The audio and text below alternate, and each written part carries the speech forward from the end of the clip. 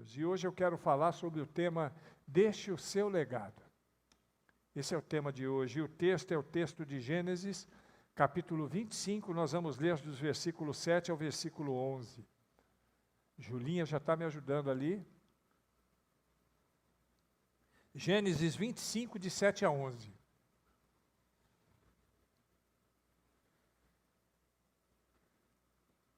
Você pode acompanhar? Abraão viveu 175 anos. Quantos anos viveu Abraão? Morreu em boa velhice, em idade bem avançada, e foi reunido aos seus antepassados. Seus filhos, Isaque e Ismael, o sepultaram na caverna de Macpela, perto de Manré, no campo de Efron, filho de Zoar, o hitita.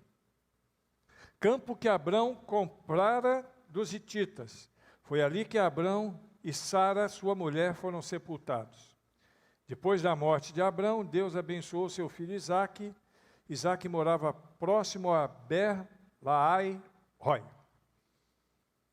Sobre isso que a gente quer falar. E eu quero que você preste bem atenção para Deus falar ao seu coração. Amém? Nesse texto que a gente leu aí, nesses versículos, são os últimos versos que são escritos e que narram a respeito da vida de Abrão. Depois ele vai ser citado em outros momentos. Mas no decorrer da vida dele, esses são os últimos versículos que falam a respeito da vida de Abraão. E em textos como esse, a gente vê como a vida é pequena, né? É rápida. Você vai dizer, pô, pastor, ele morreu com 175 anos, você diz que a vida é rápida? Mas aquilo já passou, irmão. A nossa vida é assim. Hoje eu estava conversando com o Senhor, num dos lugares que eu falei, eu não lembro o nome dele, ele é o fundador da Abal. Tem 95 anos. Zezito, 95 anos ele tem. E aí a gente olhando, conversando, a gente vê e pensa assim, poxa vida, o cara já tem quase 100 anos. Viveu um bocado. Mas a vida é muito rápida. Para ele aquilo passou muito rápido. Para nós passa muito rápido.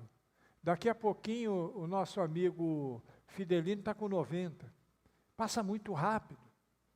E a gente precisa entender e abrir o coração por isso. E por mais que nós sejamos bênçãos nas mãos de Deus, vai chegar um dia que nós vamos embora.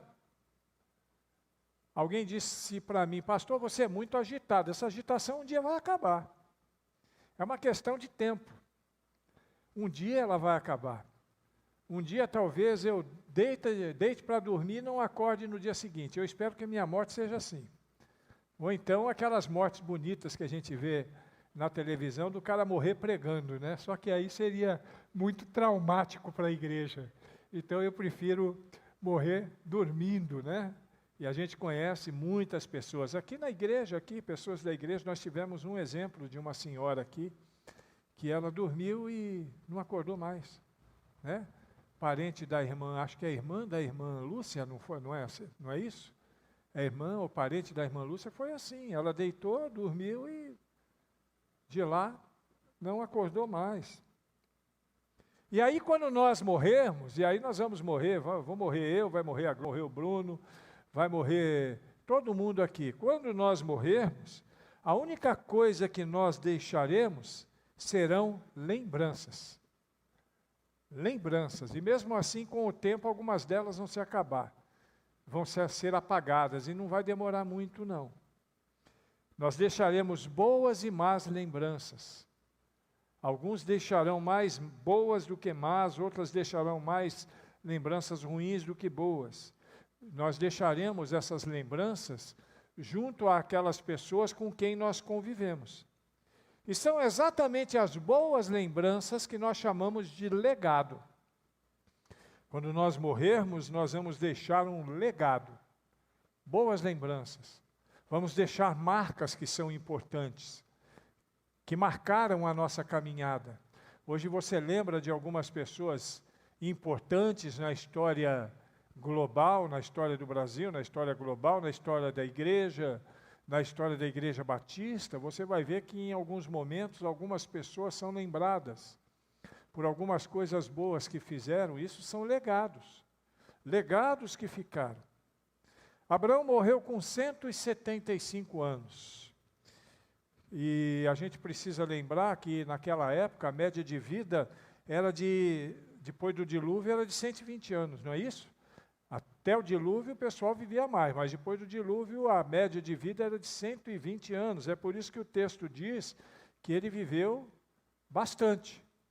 Ele viveu aí mais de 50 anos, 55 anos acima da média, quase que 50% a mais, né, da média. E aqui a gente já começa a ver um sinal da bênção de Deus.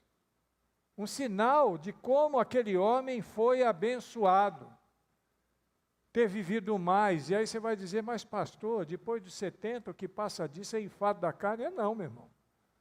Isso é dentro de um contexto bíblico, é uma forma de expressar que a velhice ela traz cansaço. E traz mesmo, a gente sabe disso. Hoje mesmo eu estava conversando com o Bruno, hoje foi um dia que eu vivi o dia todo cansado. Se eu pudesse dormir o dia todo hoje, eu teria dormido.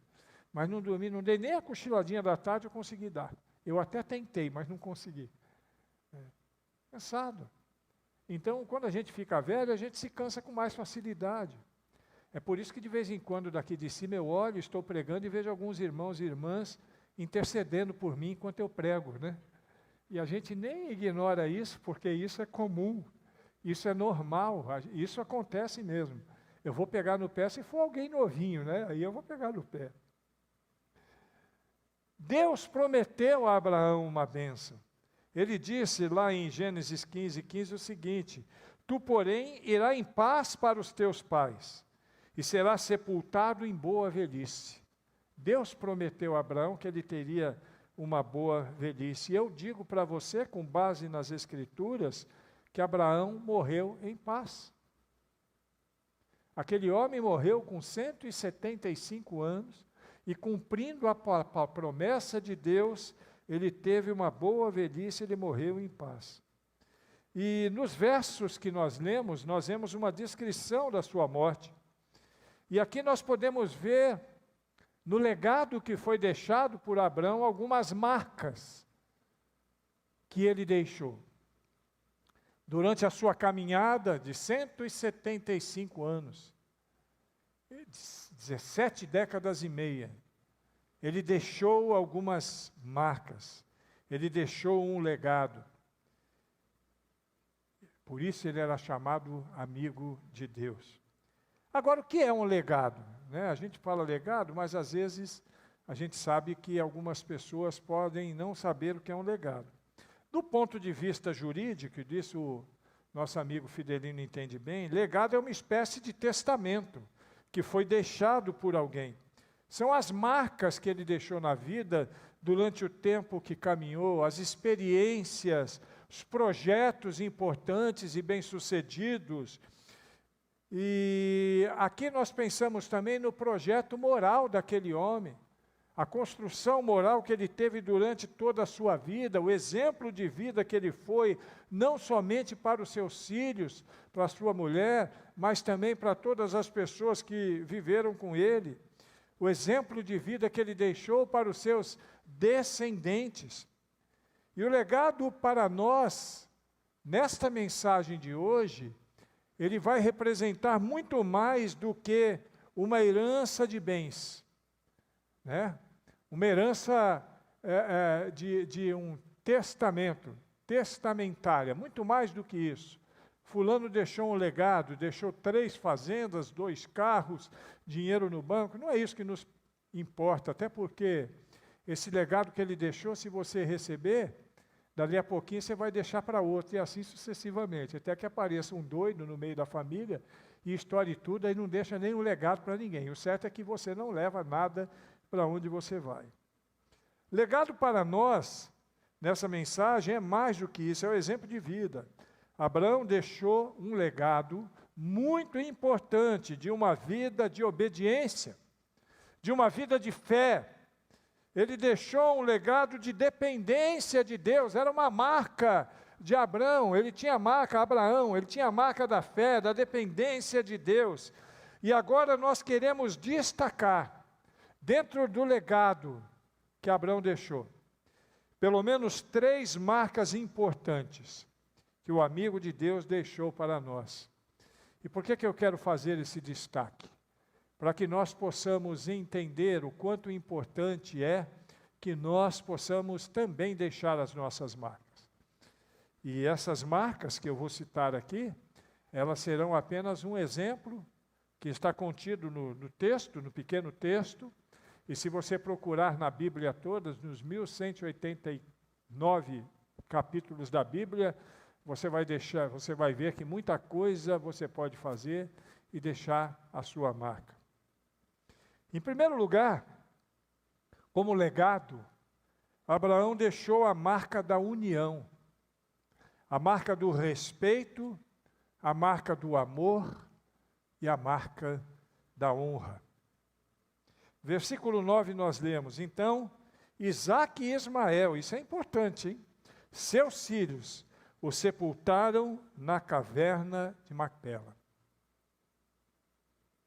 Muito mais do que uma frase, aqui a gente vê um legado, uma marca interessante, que é da união familiar. Quem conhece a história sabe que os dois não se davam muito bem, né? Ismael e Israel, até hoje, né? O couro está comendo, né? Basta olhar lá para a região do Oriente Médio que você vai ver, isso já são reflexos daquilo. Mas naquele momento da morte de Abrão, houve a união entre eles. Eles já viviam em conflito, mas no momento da morte de Abrão, houve a união entre os irmãos. Abrão, ele foi sepultado pelos 2 irmãos, Isaque e Ismael. E esse fato indica uma coisa muito importante. Por maiores que fossem as diferenças entre os dois, a honra, o amor e o respeito ao pai falecido motivaram a união especial, uma união, mesmo que temporária, mas uma união verdadeira, no dia do seu sepultamento. E ali estavam os 2, e os amigos dos 2, e a família dos 2, seus parentes. Mas o que era mais significativo de todas as pessoas que estavam ali, era exatamente a presença de Isaque e Ismael juntos. Essa era a marca mais importante naquele funeral. Era isso que poderia fazer se naquele funeral tivesse uma mensagem fúnebre. Seria o destaque que certamente o pregador daria. Eu daria um destaque desse, sem medo de ser feliz. Os 2 irmãos que tanto brigaram naquele momento, estavam ali, e eu acredito que não só eles, é possível que os outros filhos também estivessem ali, os filhos que Abrão teve com Quetura, todos os outros filhos provavelmente estavam por ali também. E eu estava lendo aqui, eu achei uma frase de Stephen Richard, que diz uma coisa interessante, diz assim, ó, de todas as vocações que os homens podem seguir na vida, nenhuma é tão carregada e provida de tantas e ilimitadas oportunidades como a grande vocação do marido e pai. De nenhum homem, por maiores que sejam suas realizações, pode-se dizer, em meu julgamento, que conquistou o sucesso na vida, se não estiver rodeado pelos entes queridos. E Abrão, naquele momento, se ele estivesse vivo, ele estaria feliz, porque ele estava rodeado por todos. Ali estavam todos eles. Nós podemos ter problemas na nossa caminhada como pais, em relação aos nossos filhos, como eu tenho, e os irmãos sabem, eu nunca escondi isso. Mas se vivemos uma vida reta, de temor a Deus, digna de respeito, de integridade, independente da condição que o nosso filho esteja, quando nós morrermos, os nossos filhos dirão: deixou um grande legado e uma vida de bem acima de qualquer suspeita. Estou com um filho meu em casa hoje, o Tito. O Tito não vem porque ele é aliás, ele é bem reservado, né? Ele tem uma dificuldade cognitiva que faz com que ele seja muito reservado, mas é um menino muito inteligente, trabalha numa multinacional. Dentre os clientes dele estão a Ferrari e a Shell, para você ter uma ideia, né? Mas eu tenho certeza que tanto o Tito, quanto o Amon, quanto a Esther, quanto a Juliana, o dia que eu morrer, eles dirão: tivemos um pai que deixou a sua marca. Essa é a minha expectativa, eu luto por isso. Tem meus defeitos? Tem. Claro que tem. Aqui ninguém conhece melhor os meus defeitos do que a Rai. Mas eu tenho as minhas virtudes também. E é isso que nós precisamos ter. Nós precisamos provocar a união da nossa família. Nós precisamos ser tão significativo que na nossa vida, na nossa caminhada, nós deixemos essa marca. Deixemos essa marca. Segundo lugar, no legado de Abraão tem uma segunda marca que ele deixa que é muito importante. A marca de uma vida extremamente organizada. Abraão deixou essa marca. O versículo 10 diz que o lugar onde ele foi enterrado foi o campo que ele havia comprado dos heteus para poder enterrar sua querida esposa. Às vezes passa despercebido entre nós. Quando a gente lê a Bíblia muito rápido, tem coisas que a gente não pega, porque a Bíblia não é só o que está escrito ali, nas linhas que você consegue visualizar. Você tem que entender o que está escrito nas entrelinhas também. E atrás das linhas também. E no contexto. Ela tem sempre alguma coisa para nos ensinar, e talvez tenha passado despercebido para muitos leitores, mas aqui nós podemos encontrar uma lição valiosa, muitas vezes esquecida por nós. Na morte de Sara, Abraão se preocupou em comprar um jazigo para sua esposa, que na sequência também foi usado por ele quando ele faleceu. Seu corpo foi depositado ali. E aqui o que eu vejo é uma coisa que às vezes falta. Eu vejo aqui o cuidado que ele teve de não deixar para os seus descendentes problemas de ordem prática que pudessem trazer algum tipo de transtorno após a sua morte. Você vai dizer assim: o pastor está viajando na maionese, mas não estou não. É isso mesmo. Provavelmente ele pensou nisso. E nós precisamos aprender com isso. Não pensar nas coisas futuras pode ser um ato de irresponsabilidade, de falta de organização. E nós precisamos abrir os nossos olhos. Quando você morrer, quando eu morrer, muitos itens na vida dos seus descendentes dependerão de você, ou não é? Com toda certeza. Como você vai deixar esses itens em vida é muito importante. E aí eu quero fazer algumas perguntas para você, para a sua reflexão, só para você dizer se eu tenho razão ou não tenho. Por exemplo, seus descendentes sabem quais são os seus compromissos financeiros? Será que as pessoas que vivem com você sabem se você tem ou não alguma pólice de seguro? Você vai dizer: pastor, o que isso tem a ver? Tem tudo a ver, irmão. É organização. Seus documentos estão guardados de qual maneira? De que forma? Será que os seus documentos estão guardados de uma forma que, quando precisarem, os seus descendentes encontrem facilmente? E quanto aos seus bens? Você já considerou fazer um inventário enquanto vivo, para não ter bagunça na família depois de morto? Olha, irmãos, eu vou dizer uma coisa para vocês, por experiência na minha família, eu tive essa experiência em 2 grupos familiares dentro da minha família.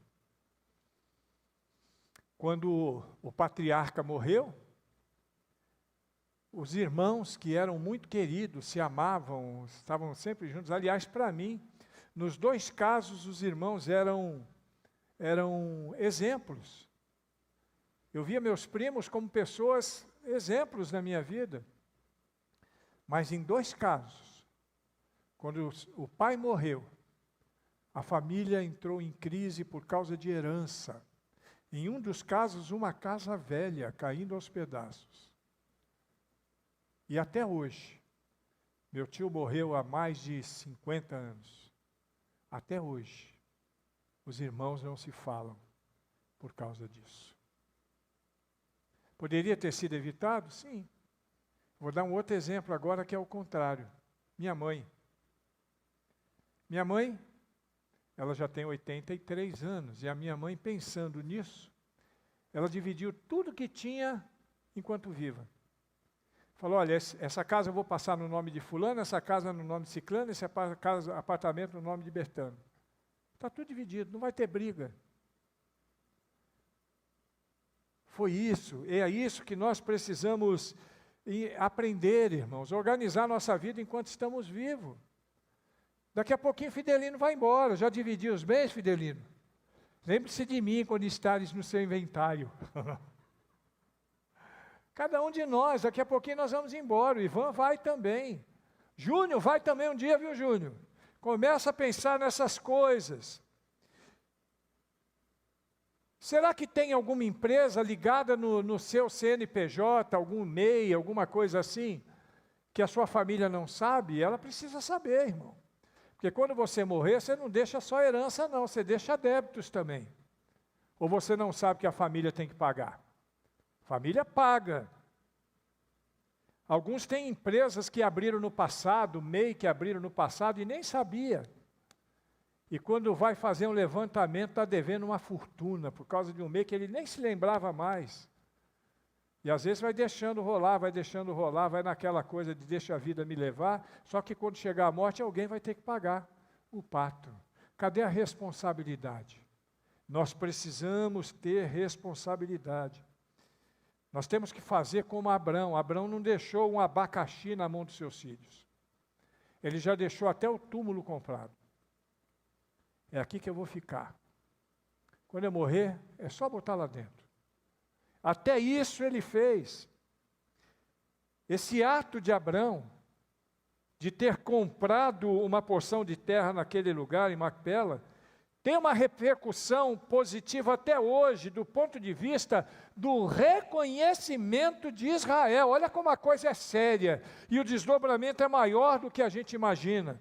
Um rabino, Moshe Gilak, no livro Reflexões sobre o Torá, ele faz a seguinte afirmação. Um rabino, judeu. Olha o que ele fala sobre isso. A aquisição da cova de Macpela, pelo valor tal, foi o primeiro ato do enraizamento na terra que viria a se tornar sua pátria. Para o cúmulo da ironia, o primeiro laço vivo dessa ligação duradoura até os dias de hoje, deu-se através da aquisição de um túmulo. Onde que Abraão ia imaginar um negócio desse?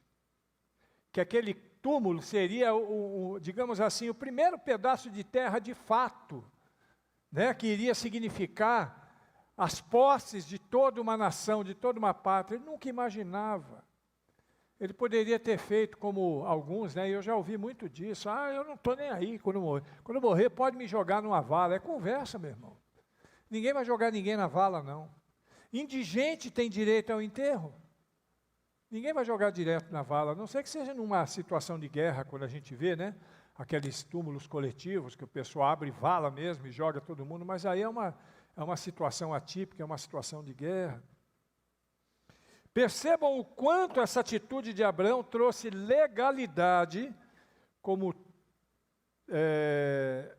não somente para os seus filhos, mas para todo o Israel de hoje.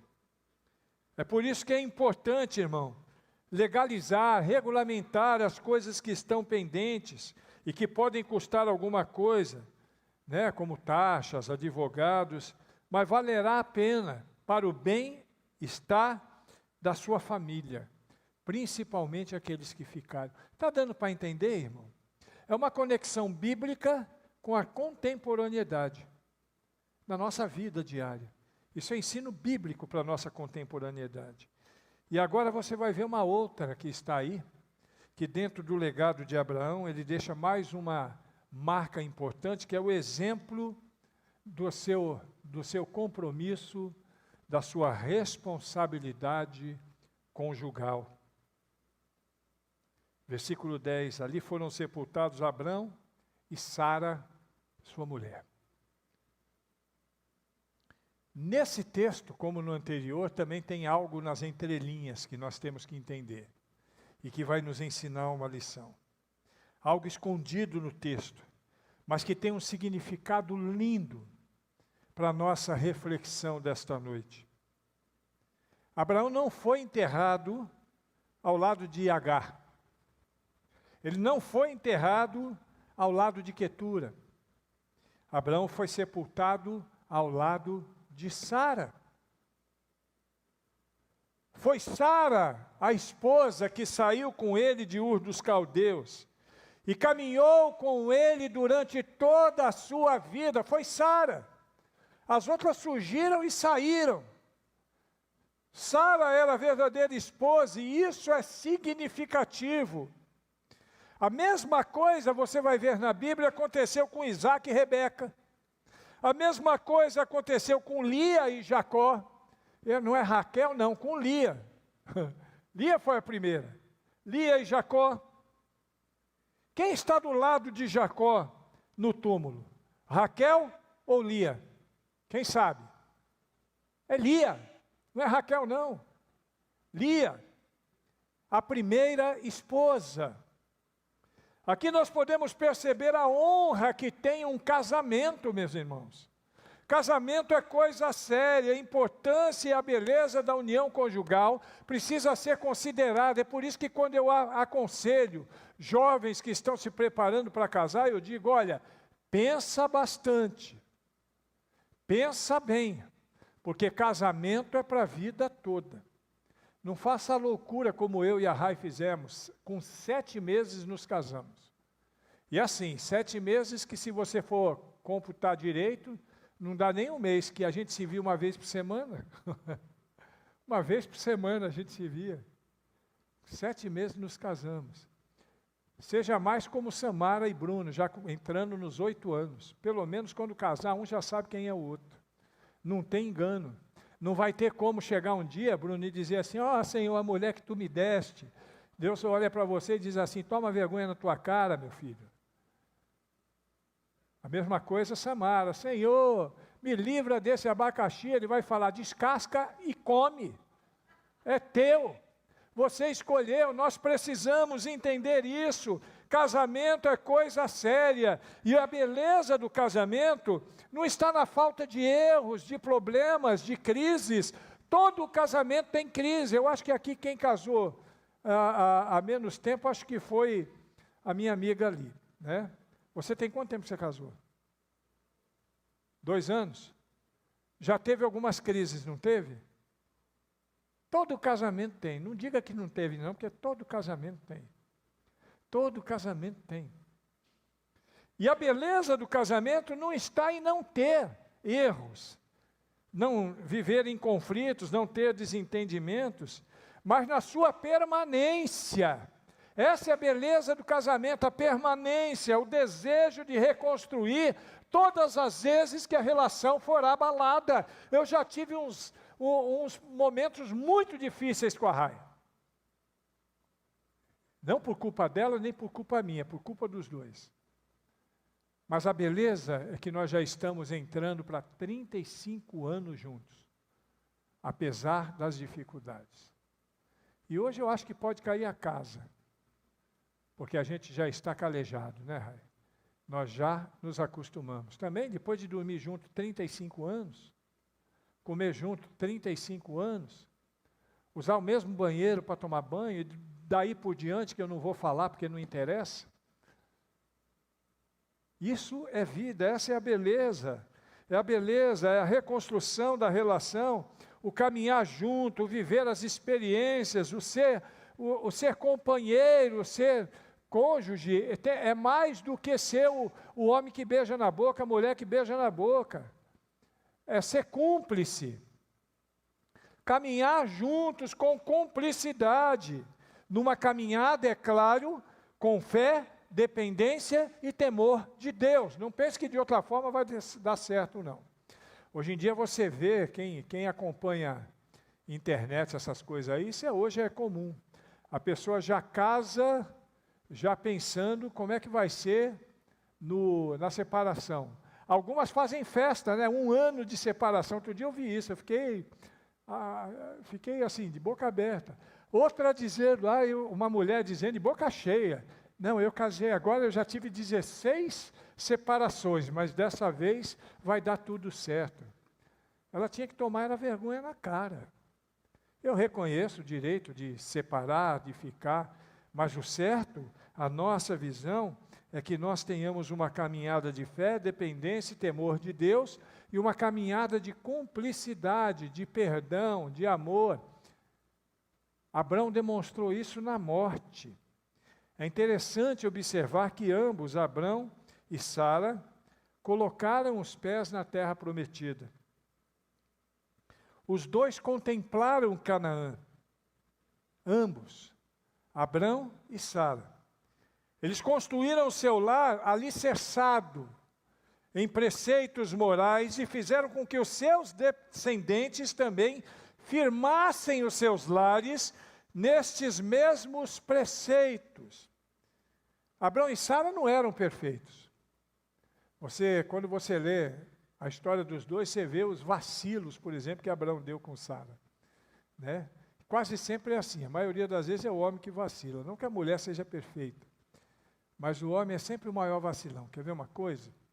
Eu sempre me refiro, quando eu falo sobre isso, ao pecado original. Quem foi que errou mais ali, o homem ou a mulher? O que vocês acham? Alguém vai dizer que foi a mulher, né? Que foi ela que comeu da fruta e deu para o seu marido. Mas quem foi que errou mais? Foi Adão. Por que Adão errou mais? Porque em vez de estar tomando conta da mulher, ele estava jogando bola por aí. Ou jogando sinuca, ou sei lá o que ele estava fazendo. Não estava tomando conta da sua mulher. Deixou a serpente chegar e galfinhar a mulher dele ali, Então a culpa maior foi dele, irmãos. Eu sempre digo isso, porque é verdade. Mulher tem sua parcela de culpa também, porque ela não era ingênua, né? Ela estava junto quando Deus disse que não era para comer daquele fruto. Mas o homem foi o grande vacilão. Abraão e Sara não eram perfeitos também, mas ambos aparecem citados na galeria dos heróis da fé, que a gente vê lá em Hebreus capítulo 11. Eles estão lá, os dois. Foram heróis da fé. Todo casamento tem dificuldade, irmãos. Todo casamento tem, mas se um casal vive debaixo do temor de Deus, se um casal é obediente a Deus,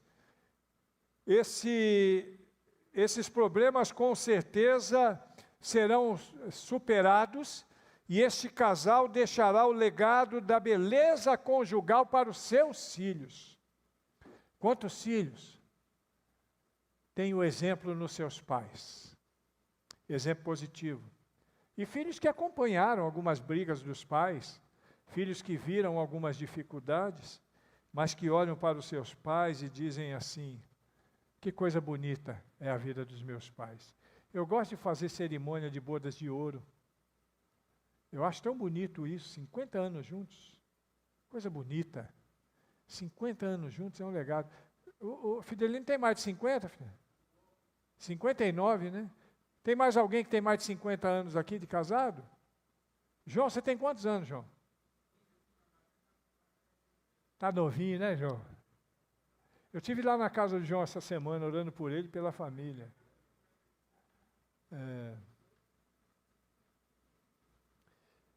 Existe uma história que é muito conhecida de Jonathan e Sarah Edward. Você já deve ter ouvido falar pelo menos no Jonathan Edward. que é um marco dos evangélicos mais modernos. E a história, ela diz uma coisa interessante sobre eles. Eu vou ler aqui um trecho da história para você poder entender. Em nenhuma área da vida de Jonatas Edwards havia uma convicção tão forte quanto o seu papel como pai.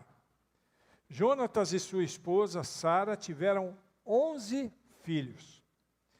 Apesar de ter uma agenda rigorosa de trabalho, que incluía despertar às 4:30 da manhã para ler e escrever em sua biblioteca pessoal, viagens extensas e incontáveis reuniões administrativas, ele sempre arranjou tempo para os seus filhos. E quando ele perdia um dia com sua família por causa de suas viagens, imediatamente ele repunha aquele tempo perdido na sua volta. Vários livros foram escritos sobre a vida de Jonathan, o seu trabalho, a influência da história americana e o seu poderoso legado profissional. Contudo, o legado do qual Jonathan certamente estaria mais orgulhoso seria o seu legado de ser pai. Preste atenção no que eu vou te falar agora.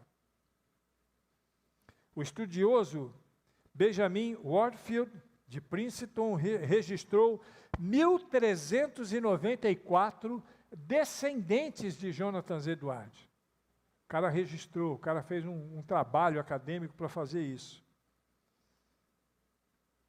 O que ele encontrou foi uma incrível evidência do seu sucesso em deixar um bom legado. Dos seus descendentes, os que foi possível encontrar, 13 se tornaram presidentes de universidade, 65 foram professores de faculdade, 30 foram juízes, 100 foram advogados, 60 médicos, 75 oficiais militares, 100 pastores, 60 notáveis escritores, 3 senadores e 80 em várias posições públicas de destaque, inclusive governadores e ministros de países estrangeiros. E, por último, um vice-presidente dos Estados Unidos. O legado que ele deixou para sua família foi uma marca muito importante. Claro que essas posições não são as posições mais importantes no cenário social. Qualquer outra posição, desde que seja exercida dentro de princípios éticos e morais, ela é bem-sucedida. Mas a história de Jonathan Edwards é um exemplo do que alguns sociólogos chamam a regra das 5 gerações. A maneira como os pais criam os seus filhos, o amor que lhes dão, os valores que lhes passam, o ambiente emocional que lhes oferecem e a educação que eles possam ter dentro de casa. Influencia não somente os seus filhos, mas as próximas 4 gerações. Isso é um trabalho de sociologia. As próximas 4 gerações também serão influenciadas. E o grande exemplo disso, eu acabei de ler aqui agora, nos descendentes daquele homem que foi um grande evangelista, conhecido, homem de Deus, que marcou a nossa geração. Que deixemos, irmãos, todos nós, no nosso legado, marcas que sejam positivas nos nossos descendentes. Que quando morrermos, e todos nós aqui morreremos, por isso a palavra se aplica para todos nós, dos mais novos aos mais velhos. Quando morrermos, nossos descendentes lembrem-se de nós e digam: papai e mamãe foram pessoas honradas, íntegras e tementes a Deus. Papai e mamãe não deixaram problemas para que nós pudéssemos resolver quando morressem. Suas vidas estavam organizadas. Papai e mamãe não tiveram um casamento perfeito, mas formaram um casal com mais acertos do que erros. Eles caminharam sempre juntinhos pela vida, debaixo da orientação de Deus. Essa é a palavra que eu tenho para você hoje. E eu espero sinceramente, tem alguém assistindo também. Eu espero sinceramente que você possa entender a importância do legado que você precisa deixar na sua vida. Que vai dignificar não somente a sua história, mas a história daqueles que olharem para você e que se lembrarem de você, que virem os seus filhos e que se lembrarem de você também, para a glória de Deus. Amém?